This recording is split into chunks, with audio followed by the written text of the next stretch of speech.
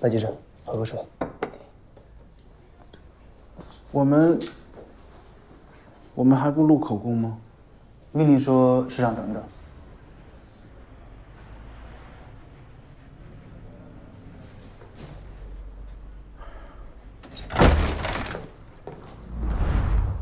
你想干什么？你他妈想干什么？对不起。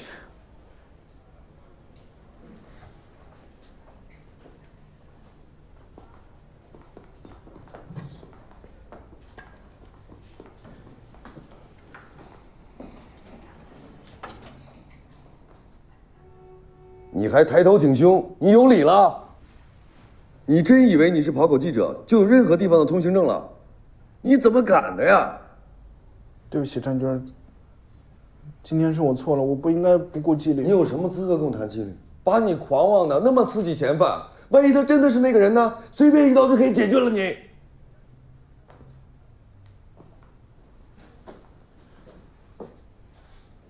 对不起，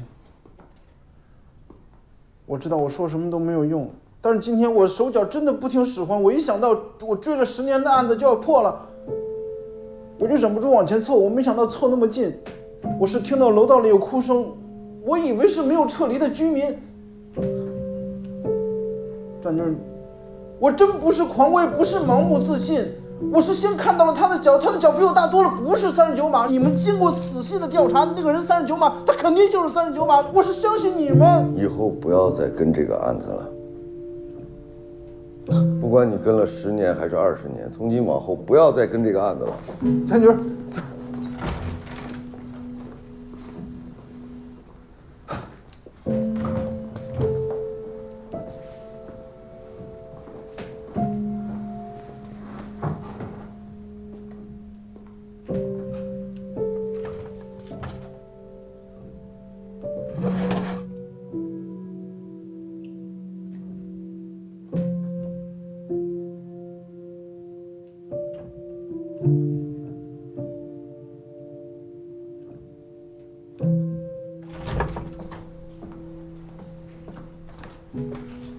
找份资料。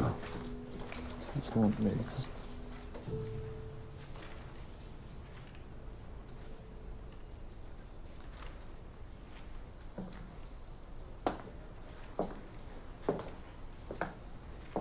你耷拉个脑袋在这杵着干什么呢？没事干了？还有你们，怎么了这是？连人抓了2名嫌疑人，怎么还垂头丧气的呢？该抓的人没有抓到。你说什么？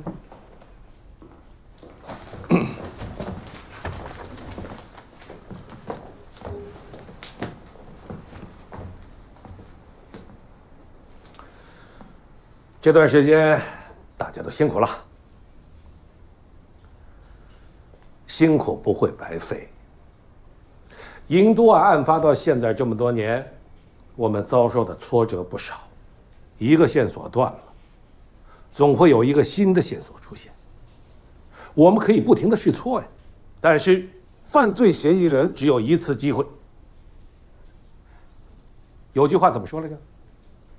正义也许会迟到，但永远不会缺席。回去以后啊，各自把手头的资料整理出来，暂时存档，为下一次重启侦查做好准备。是。是。你跟我到会议室去一趟。是。你沏杯水去。你们都坐下了，该干什么干什么。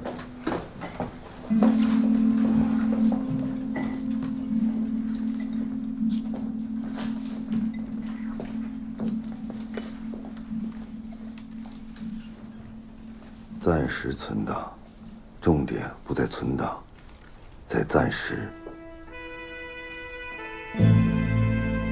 明白没有？听见没有？听到了。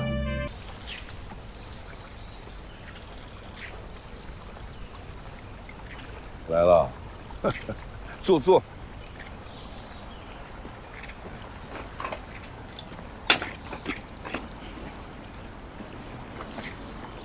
总编，对不起，哎呀，我就知道你会多想啊。来，你用这个杆儿，耳朵挂好了。来了就踏踏实实的陪我钓会儿鱼。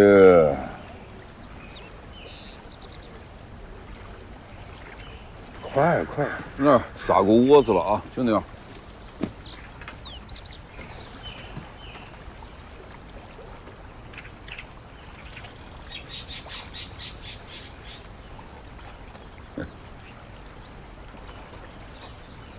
前2年，我老娘身体一直不好，这不初6又摔了一跤，动不了了。我是这个家的长子，我得负责呀。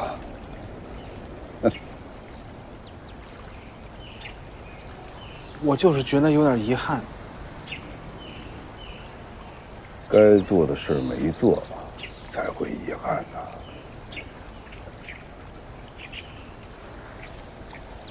白狼，这次干得漂亮，真的。这次报道，咱们报社里那几个扬言要混日子的，都写出了枪火气。还有那个施战军，哎，他没少跟上头打报告。我觉得你们俩搭档挺好的啊。他还打报告呢？我打报告怎么了？看着点你的票没了吧？饵肯定也没了。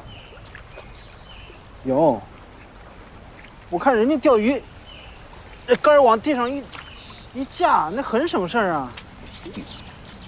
竿拿在手里，手才会第一个知道。有一点点的动静都会有感觉的。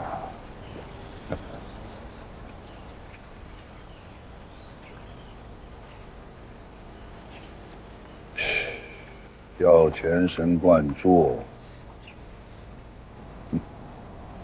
要有耐心。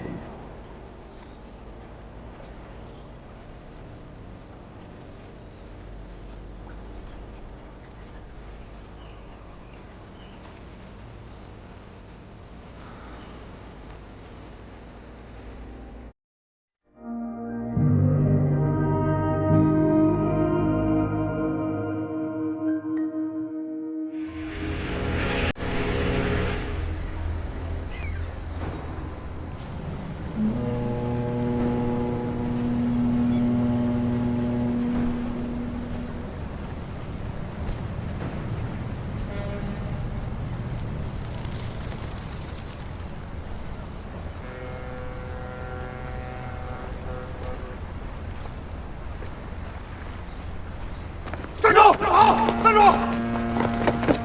站好！站住！站好！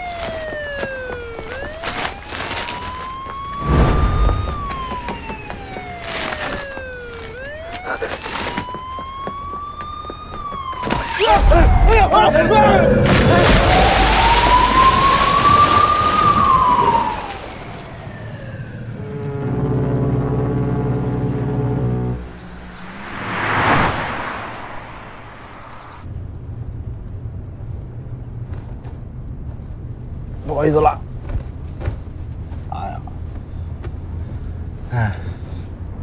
说好了在饭店门口等，你跑到江边干什么去？这帮王八蛋，没完没了了。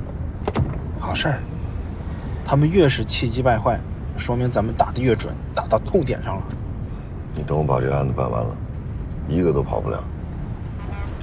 多部门联合行动，百日攻坚。我市出租行专项整顿圆满收官，圆满收官，挨几顿不值。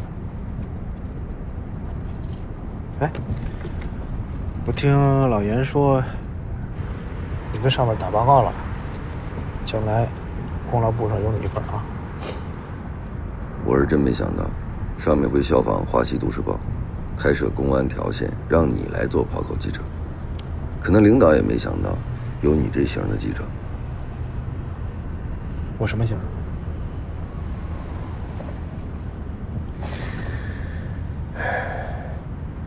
敢上，敢写，敢报。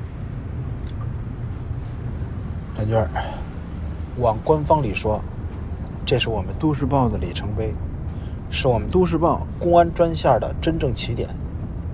从我个人角度来说，手握鱼竿，才能第一时间感受水下的动静。咱哥俩那个你忘了？拨云见日。一会儿到了现场，严格遵守纪律和保密规定。放心吧，到了人家地盘，我不会给咱们黔州公安丢脸。哎，自己瞅瞅，就你这样的，还想代表公安呢？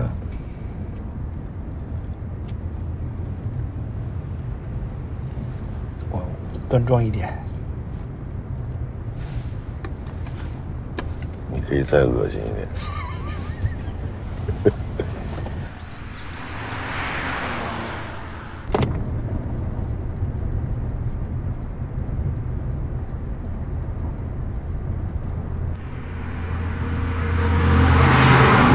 话说89年，我第一次来院口，就逛过那个供销大厦，很气派，算是咱们梧桐省最大的供销社了。后来承包给个人，变成了百货大楼。我也去过一次，印象中卖的东西很时髦，没有供销社的感觉了。他那儿现在卖的东西都很高端，1楼卖珠宝，2楼卖电器。出事儿就是在1楼。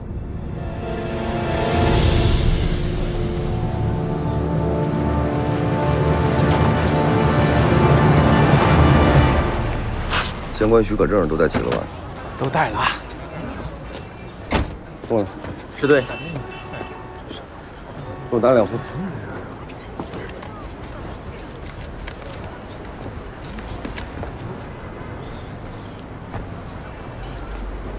纪律。纪律。打过报告了，让他进。好。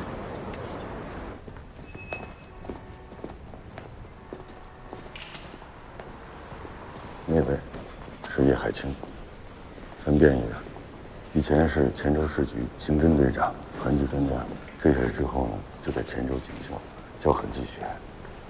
梧桐省有90%以上的刑警都听过他的课。之前也是海参案专案组的顾问，这次又是强奸案，所以把他请过来，看有没有并案的可能。我给你介绍一下，叶老师。拿了。没打扰到您吧？啊，没有没有。这位是公安条线记者，白朗，叶老师。你好，你好。没事吧？上个月领导不是提出警媒合作的设想吗？他们前报就设立了公安专线，对动员群众力量、树立公安形象都有帮助。知道黔州出租车那事儿，你看了？我追着看了2个月。你们很有胆识啊！谢谢你，谢谢。你来干嘛来了？我来。别光谢了，本儿拿出来吧。情况是这样的，今天凌晨1点50分案发，当时保安就在这层楼巡逻，听到那边床上用母区有动静，就走过去检查，看见席蒙斯床旁边立起一个人，冲着保安喊：“嘿！”喊完就开枪，结果把保安左手拿的手电筒给打掉。保安说：“当时他跟凶手的距离就40-50公分，说那个人戴着头套，看不到脸。第一枪没打中，凶手要开第二枪。两个人一路追赶，就来到了这个区域。结果消音器从枪口脱落，子弹没有打出去，留在了地上。在2楼巡逻的另一个保安听见动静，赶紧下到1楼。凶手一看人多了，转身就跑。他从1楼的楼梯爬到了3楼，从3楼的排水管道就滑下去了。叶老师说的非常清楚，我一个字都不用改，就能直接用。一会儿你再好好看看。明白。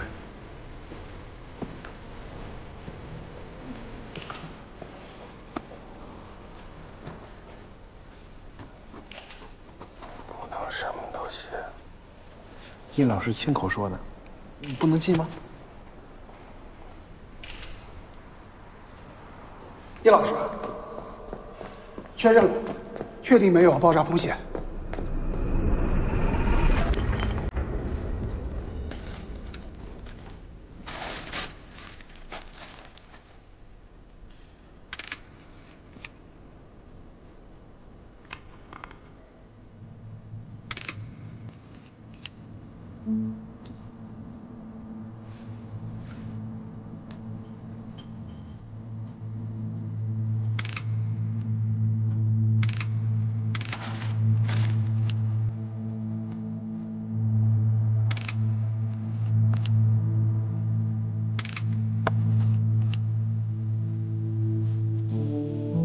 金格瑞，你知道？这是个打火机，卖烟斗烟丝的地方才能买得到。记一下。谢谢你提供的信息。对不起，认识。金格瑞打火机，柜台售价是598元，我们专门买了一个，拆开，封装好的盒子里确实是白色内衬。我们在手雷引爆器的打火机盒子里发现的指纹，就是留在白色衬纸内壁上。这个地方不太可能在生产销售环节印上指纹，极有可能是嫌疑人在制作手雷时留下的。嫌疑人身上带着手雷，但是没用，还扔掉了，这个是什么原因啊？手雷应该是嫌疑人为了在关键时候起威慑作用而准备的，他的主要行凶工具还是枪。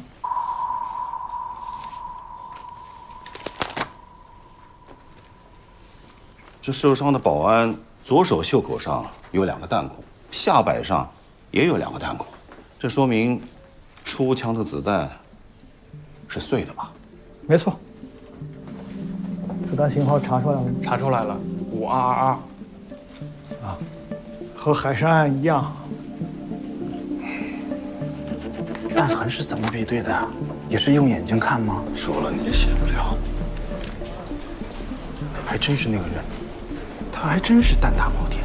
他自制炸弹是不是要炸开保险柜啊？手雷里填充物的比例基本上产生不了什么爆炸效果，有3枚干脆是空心的。咣咣咣3下就砸呀，就是砸呀，可以说死的是一点痛苦都没有，当场毙命。这话说的就跟你在现场一样。我在现场不吓人尿裤子了。那他到底抢多少啊？砸了柜子就是一顿怒。金银珠宝拿出来，能够铺满整张桌子。这么多，88万。哎呀！如果你们的工资涨到300块，估计还要连续干上200年。我们长兴怎么就出了这么一个狠人呢？哎呀，人杀了不算，连看门狗都没有放过，抡起个撬棍呢，就是砸，就是抢，就是撸。这是真狠。杀狗是添油加醋。你在商场见过看门狗吗？哦，那倒是没见过。再说了，人家不止一个珠宝柜台，隔壁柜台的一条玉溪烟，还有1900块钱都被他抢走了。事儿办的这么有粗有细，整个商场的布局他摸透了。哎呦，哎，老白，你也知道的不少啊，是抢了一条烟，真真假假，你挑着听。老陆，你往外传的时候，你也动动脑子，还狗了还。我就说老白聪明啊，看来你窝在报社画画真的是屈才了。哎，那是，老白从小就脑子就灵，哎，他要去抢，也能神不知鬼不觉的啊！别瞎说啊！我还想，我的饭碗都快被抢了，我还抢？那不可能，不可能！你是资深的美工是吧？谁吃了雄心豹子胆，敢抢我们老白饭碗，我第一个不同意。对呀，谁能不长眼呢？想要绿色就可以变绿色，想要黄色就可以变黄色，想要什么颜色就能变什么颜色。哇，这也太厉害了！这就是抠镯。这叫 CorelDRAW 第6代，跟 Windows 95同时上市，专业处理矢量图像。矢量？全新的算法，不受像素的制约。我没懂，不受制约会怎么样？就是说，无论你把它放多大，边缘都是平滑的。哎呀，先进呢！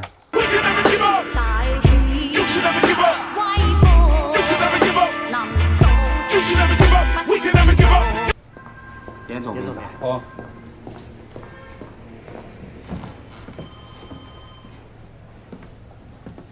不知道，哎，人呢？哦，那边办公室都在那儿呢。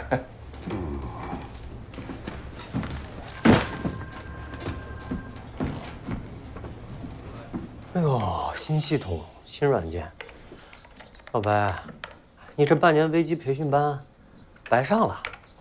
王鹏青图剑51，土氏二干10岁语，你学了？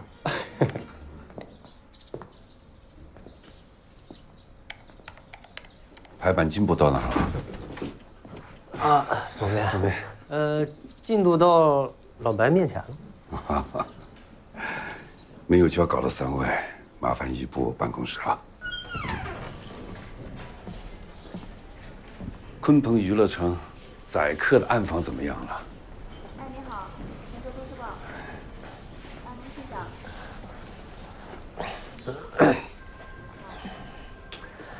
严主编，是这样的，我们3个呢，经过激烈的讨论，认真的分析，权衡了一下，我们达成了一个共识。我们认为啊，这个专题正常采访也能写稿，对，是吧？我们可以在娱乐城门口蹲着，找个安全的地方，观察出来的顾客，我们就看他谁那个愁眉苦脸的，这里头肯定就有问题，我们就拉一边就踩他。真实性、全面度啊，切身体会，你们权衡了哪一点？咱们是泉州唯一的都市报，都市报的精神是什么？贴近民生，做市民的眼睛。不是，这话不要老从我的嘴里说出来，行吗？肉麻的。娃儿还能不积极？有什么心理压力嘛？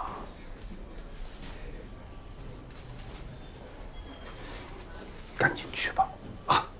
明天一早我要见到稿子。加油！加油！哎，加油！加油！快去吧！加油啊！前一句是别有压力，后一句就明早见稿。这老狐狸对付我们是真有策略。别往自己脸上贴金了，对付我们几个还用得着策略？关键是这不是硬着头皮就能干成的事儿啊！上次福利院，咱们可是一步都没踏进去。是啊，我们是胆小，你是挂不住脸，旁人一看全是破绽。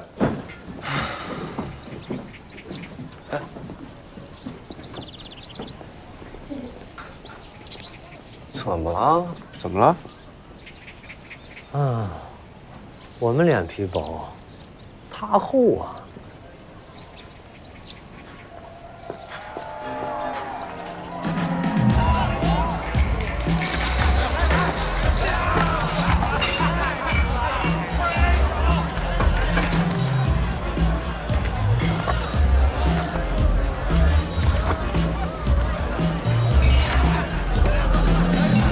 啤酒，来半打。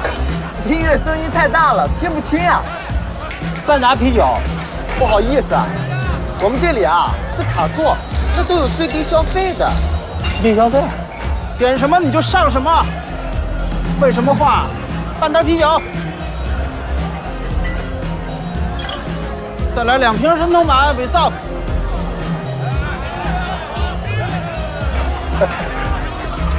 好的，好的，你稍等啊。等会儿。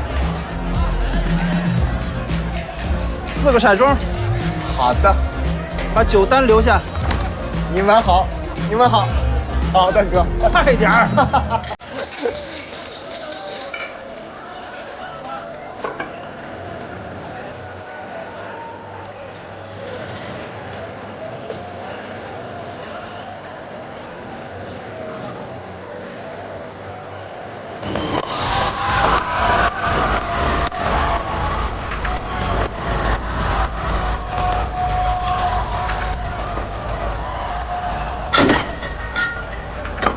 2瓶人头马杯上。您的半打啤酒6瓶啊，都给您开了。怎么上来就全开了呀？哎，入先行吧，省得中途啊打扰起来老板。那我慢用，喝好，蛮好啊。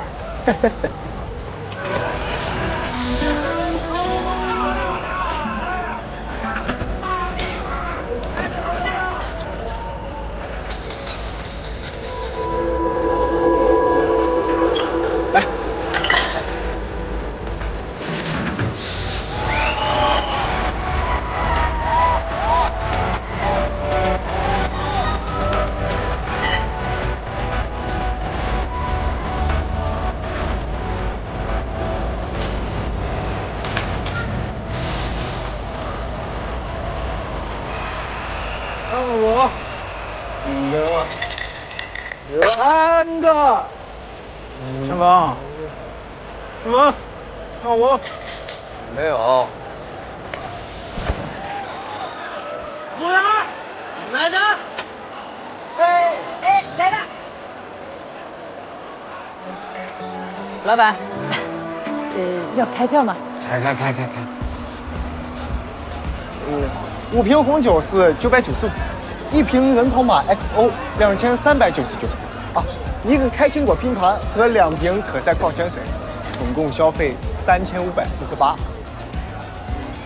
啊，零头给您抹了，算您3500。走，买单。来，慢点，来，下次再来了啊。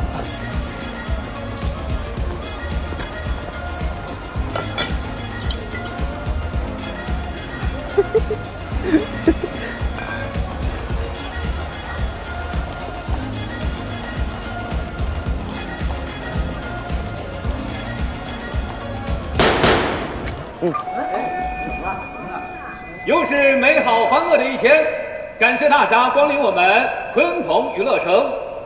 那今天一区206台的老板消费至尊套餐，志享荣耀，志享祝福。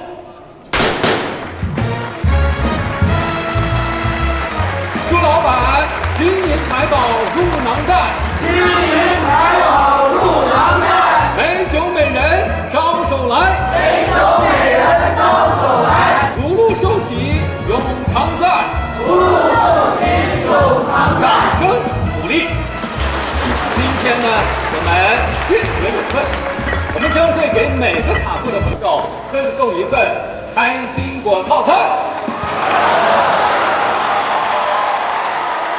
老板，我代表鲲鹏娱乐城祝您生意兴隆，才艺滚滚。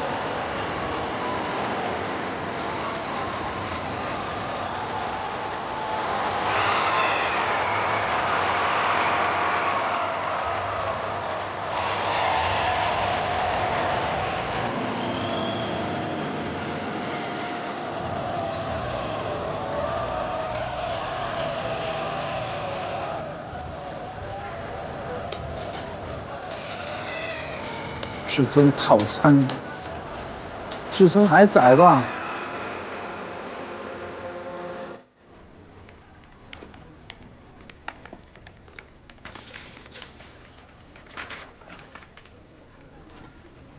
跟你学了多久啊？他天黑之前就走了。学不进去了？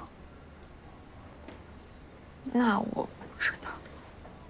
哎，你觉得他能学会吗？嗯，他倒是挺爱提问的。哦。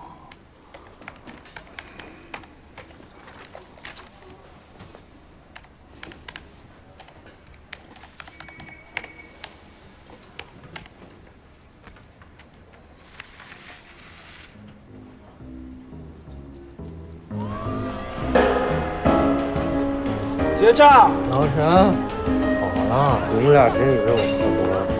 喝点，走。啊，走。哎，拿我钱包干什么？啊，偷着宰不够，明抢了是吧？啊，快送他走！你钱包还给我。钱包在呢。喝多了，慢点走啊！结账。您开发票不了？开。咱们这桌总共消费是1880。小伙子，你帮我算一个细账，我现在头有点晕。2瓶人头马是1680，一打啤酒是200，那总共加起来就是1880嘛。2瓶人头马1680，一瓶多少钱？一瓶790。哎呀，对不住啊，老板，我脑子糊涂了。那总共那就是1780嘛。你这半打啤酒什么时候点的？没点，我们肯定是不会上的。上了我们却不喝。嗯，我这瓶还是之前点的呢。哎呀，这个好了，开票。这他妈公款消费还算得这么清楚？哎呀，盯着点，那俩酒瓶不让带走了。操，这王八蛋！老板，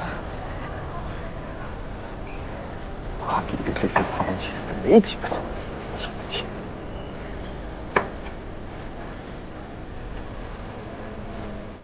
行。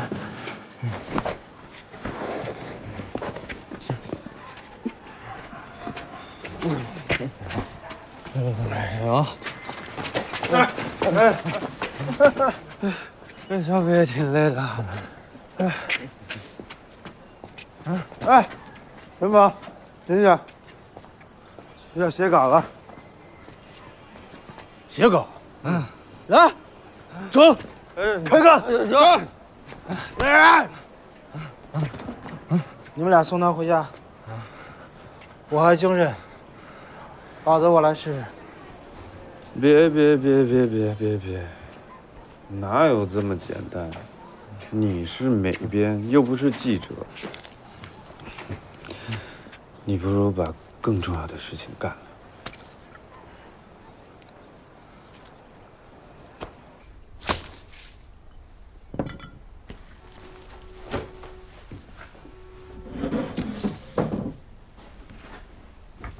逗我呢？他们宰客也得看你值不值得宰。我跟您说，从一进门到最后的结账，全都是套。他们先看你穿着打扮，穿的不错吧，就把你领到卡座，就跟你说有低消，你肯定就不好意思，你抹不开面，你就只能认栽。中间喝酒也是，如果你再加酒，你加酒他就给你加3儿，懂什么意思吗？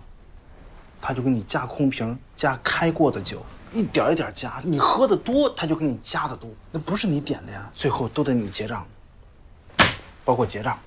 先问你开不开发票，如果你要开发票，就说明能报销，不心疼钱，他就酌情的给你加价。你吃的多喝的多，他加价就加的多。如果那些酒他没有开，他也不退，拿回去他们卖2回，我都摸透了。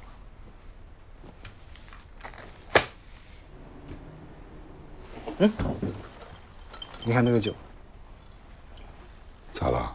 当然是假的，200%是假酒。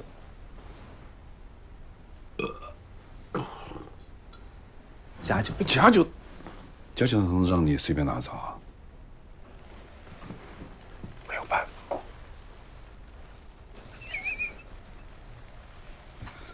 你看他这个印刷，他们不懂什么叫矢量图，他这个像素都不够。我想了，咱们要配上真假实物对比图，这样更有说服力。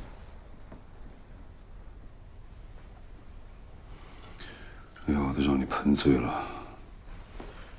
配还是不配？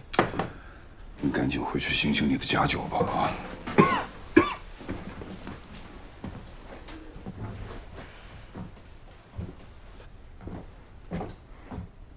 配还是不配？对了，明天你不用来报社了。那我去哪儿？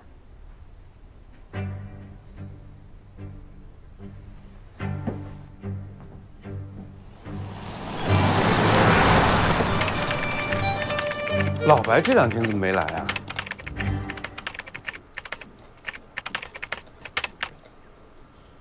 就因为这1580，我怎么感觉有点不对劲儿啊？这一辆车没有，也没有人，哪有上午10点干这事儿的呀？不是，你不要带着预设看问题啊，要在实践中找到它的合理性。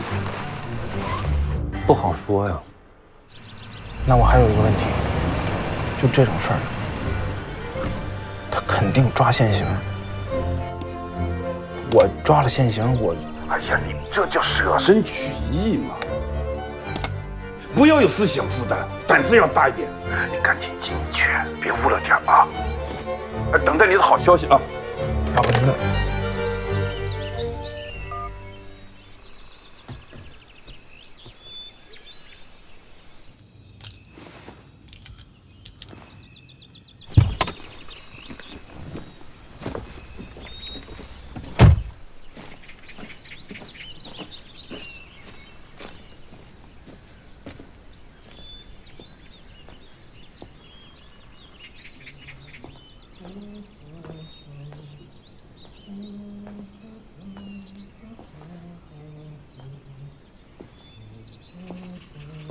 有人吗？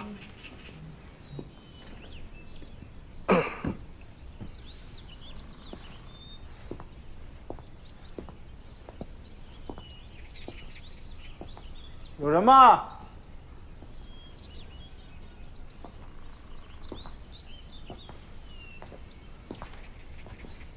没人吗？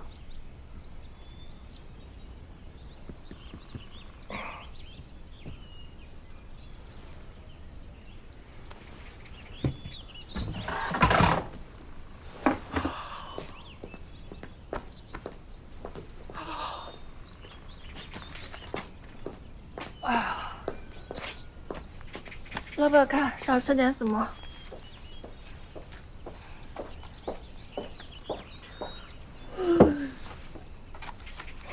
有什么特色菜吗？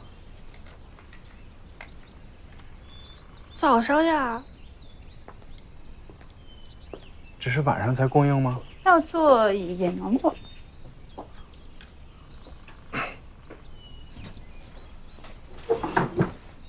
这有什么？我们的特色菜有蟹粉豆腐、纯菜羹，都是用野生的纯菜芽做的，特别嫩。豆腐能有多嫩？野菜能有多野？不想吃。哎呦，这也不吃，那也不吃，想干什么啦？对呀，想吃人呀。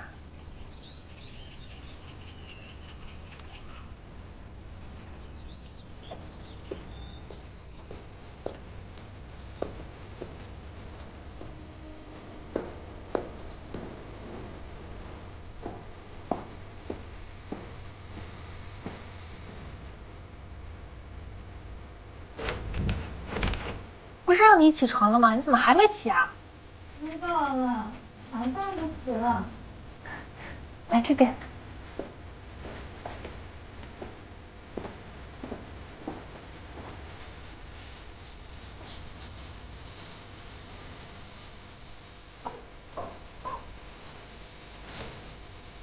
快来呀！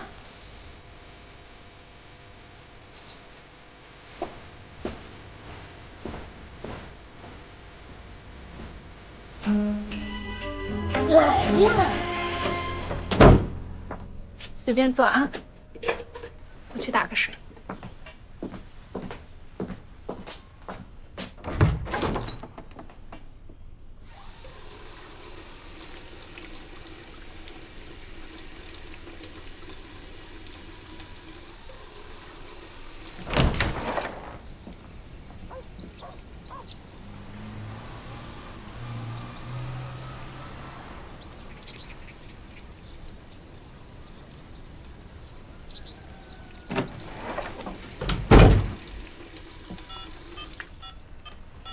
干嘛呢？脱衣服呀！我给你擦擦。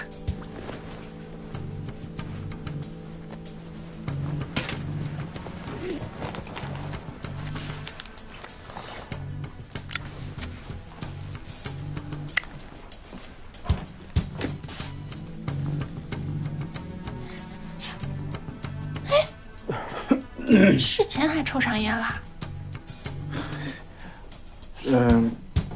吃的有点饱，消化消化。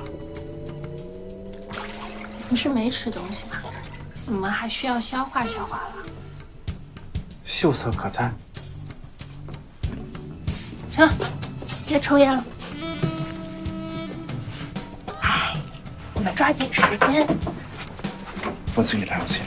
别害羞，我来吧。我可是按时间收费的。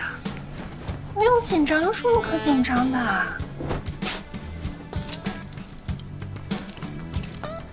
干嘛呢？不是，姑娘，这个我自己带回去。哎，坏了。怎么了？什么都没做呢，怎么就这样了？我血热。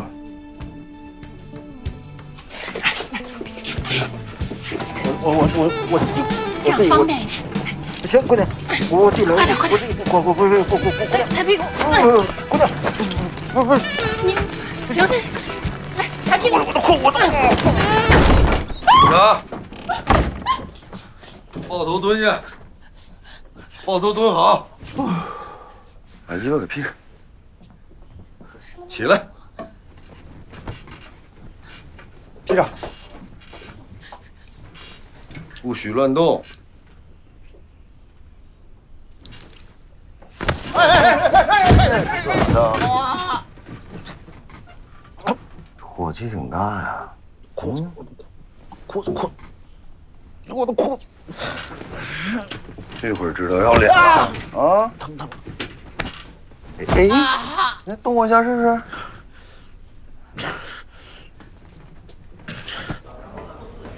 哪儿？先把表填好啊，如实填写。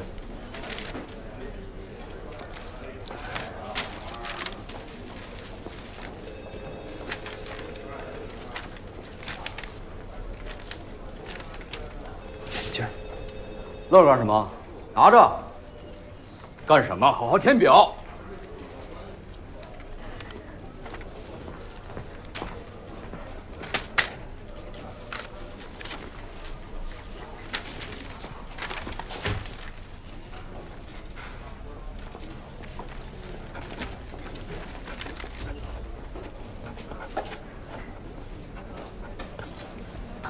个小报，大清早的这么猴急。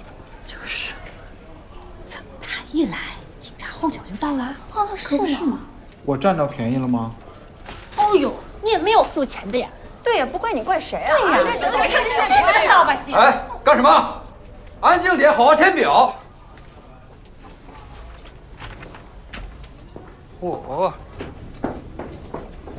老板，厉害呀，1打5啊！滚！赶紧走，没你事啊。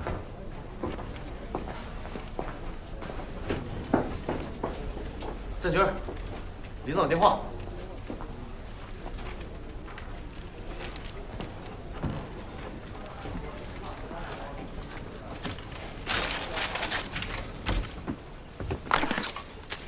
领导，我振军。怎么样了？抓着了，正登记呢。都市报主编说派了个记者过来。你说那个戴眼镜的跑了，我们去的时候人已经走了。这到底是怎么回事？这是人家报社主动要求的，他们需要素材。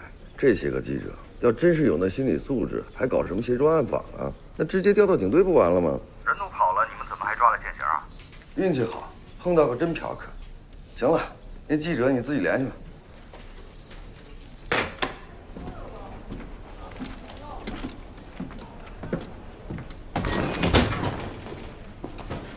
这2天怎么样？玩呢？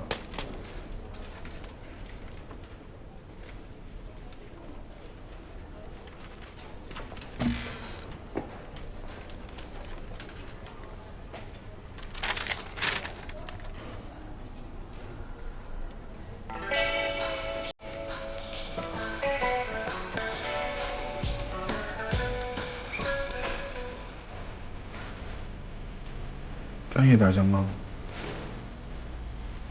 什么看？认真对待。来，你们几个。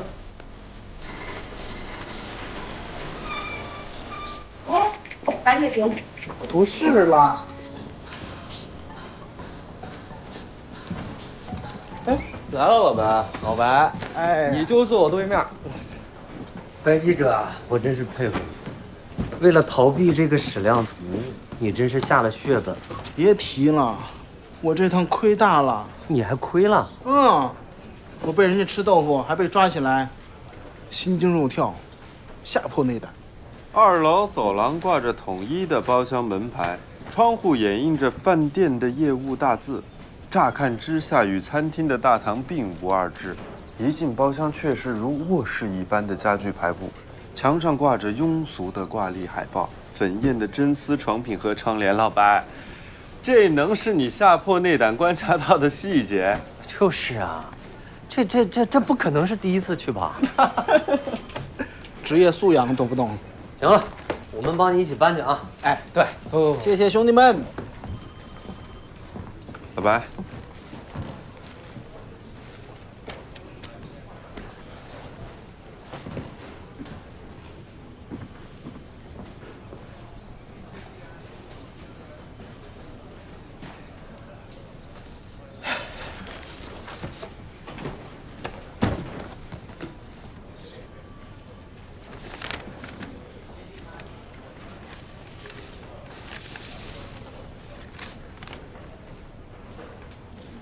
你怎么想的？这案子都过去1年多了。你看啊，案发的时候大家都抢着报道，现在案子破了，没有人知道。这凶手的情况也是求证过的。李元杰被抓的那个舞厅叫新世纪，就在我们家附近，很多人都认识他。我是一个一个盘问下来的，我连他是哪个生产队出来的，我都求证过了。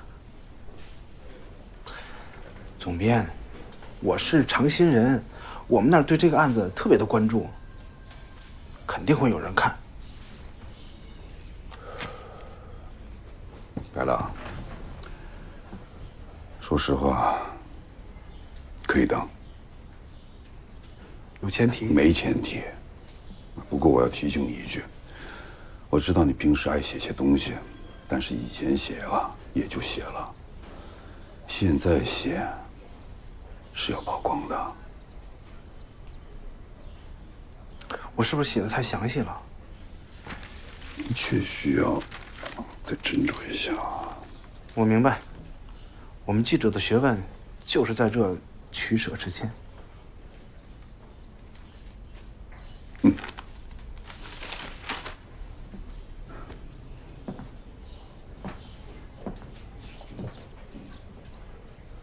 不是学问，是责任。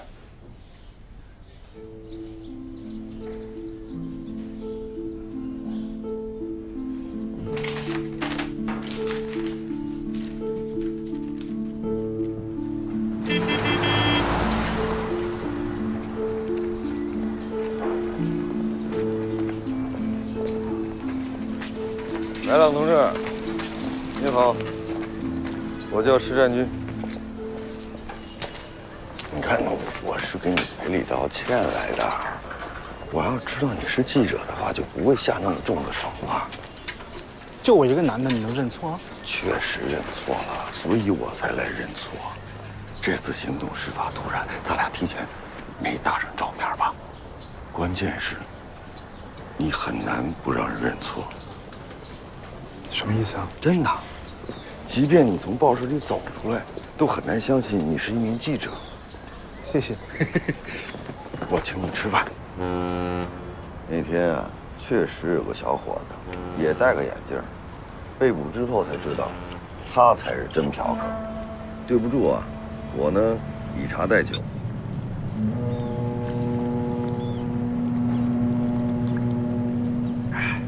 哎呀，看，喝了这一杯，你再吊着脸的，那就不合适了吧？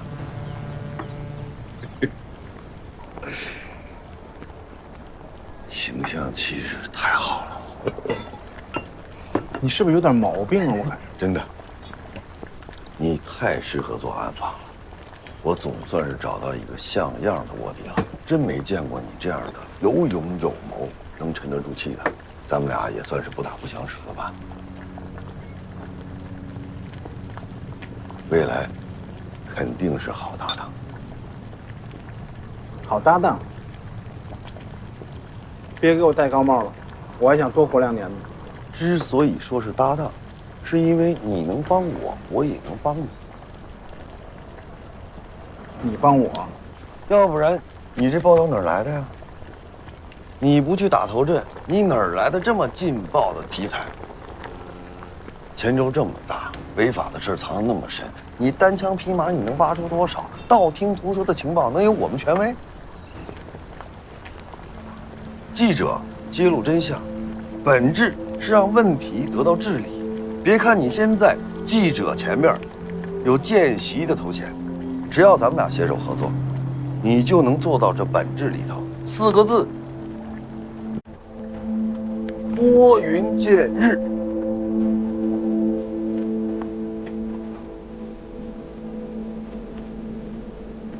不是学问，是责任。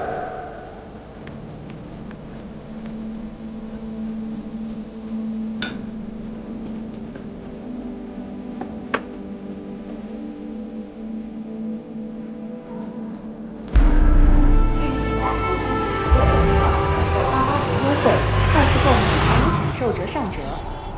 这个门从内外都能开。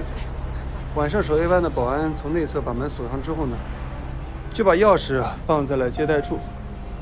早上营业之前，再从里面把门打开，之后呢，钥匙就会被收起来。凶手作案后，应该是直接拿钥匙开了门，从大门离开了现场。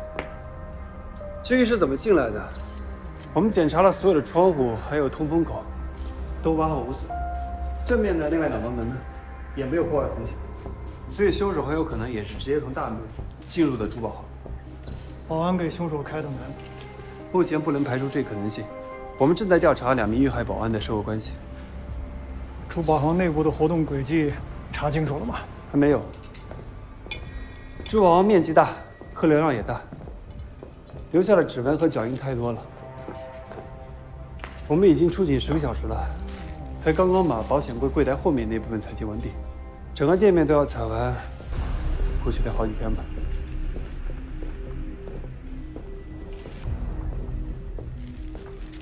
叶老师。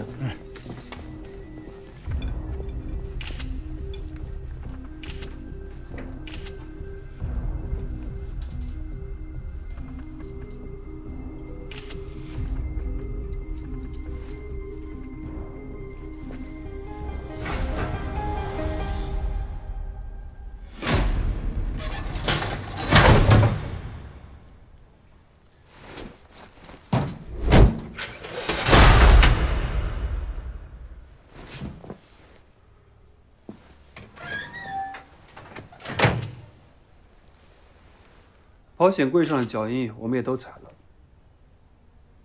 但是是空脚印。我们就是跟着空脚印来推测凶手的行动轨迹，应该是先绑人，再敲保险柜，中途杀人，然后继续敲保险柜。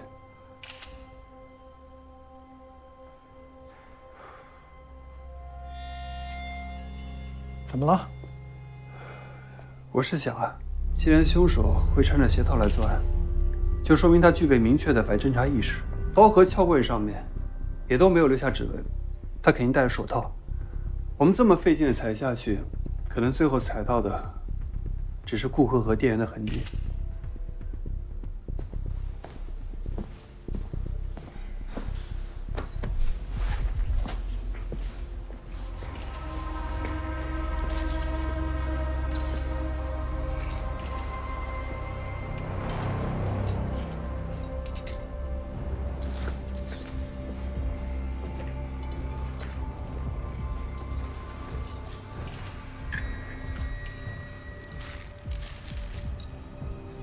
帮我拿进。好。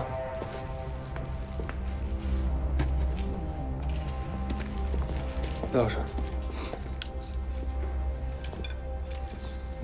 这把刀上有很多刮痕，这刀尖上的刮痕比较深，明显是新的。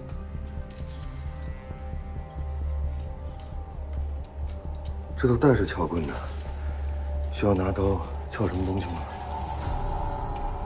哦，对了，叶老师，这是从黔州市刑侦支队借调过来的实战卷。叶老师您好，我听过您的课。哦，我师哥。你说的对，砸玻璃也用不上刀。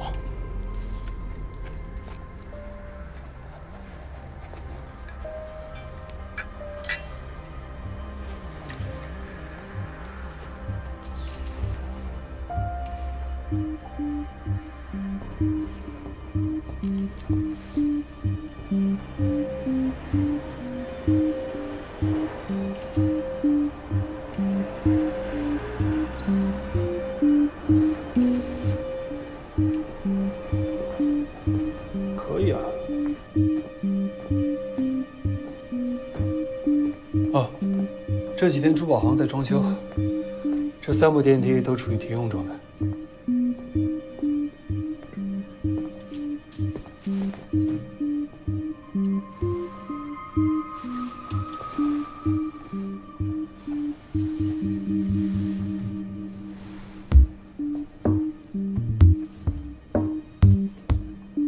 小高，马上联系电梯维修人员，